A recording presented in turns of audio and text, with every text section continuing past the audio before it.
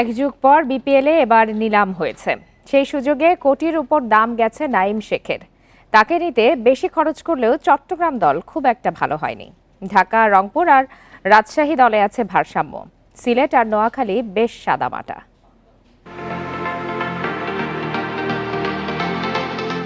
বিপিএলে নিলাম শেষে কোন দল কেমন হলো? প্রত্যাশিতভাবেই গোছানো দল রংপুর আর ঢাকার। রাজশাহীও বেশ পরিকল্পিত। নাঈম শেখকে কোটির ওপর দামে কিনে আলোচনার জন্ম দিয়েছে চট্টগ্রাম। সিলেট আর নবাগত নোয়াখালীর দল সাদামাটা। টি-20 অধিনায়ক লিটনের পাশে হৃদয়কেও দলে টেনেছে রংপুর।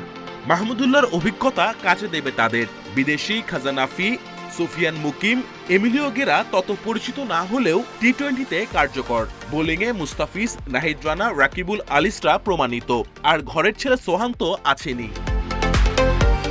ডিরেক্ট সাইনিংয়ে ঢাকায় আছেন তাসকিন, সাইফ হাসান, উসমান খান ও অ্যালেক্স হেলস।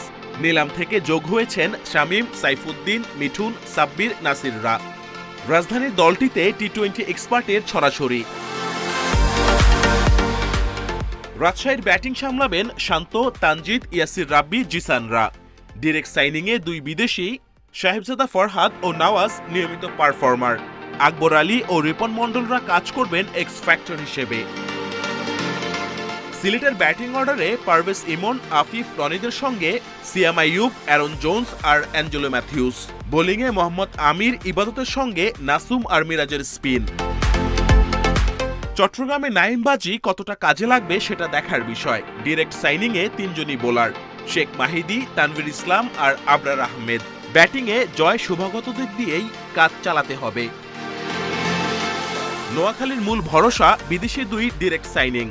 জনসন চার্লস আর কুশল মেন্ডিসদের সাপোর্ট দিতে দেশি দুই হার্ড হিটার জাকের আর অঙ্কন আছেন। অধিনায়ক হিসেবে সৌম্য কেমন করে সেদিকে চোখ থাকবে সবার। এবার নিলামে বিদেশি ক্রিকেটারদের কিনতে $3.5 লাখ মধ্যে $1 লাখ কেউ খরচ করেনি। লোকাল ক্রিকেটারেই বাজি সবার। Kamrul Hasnat, independent news.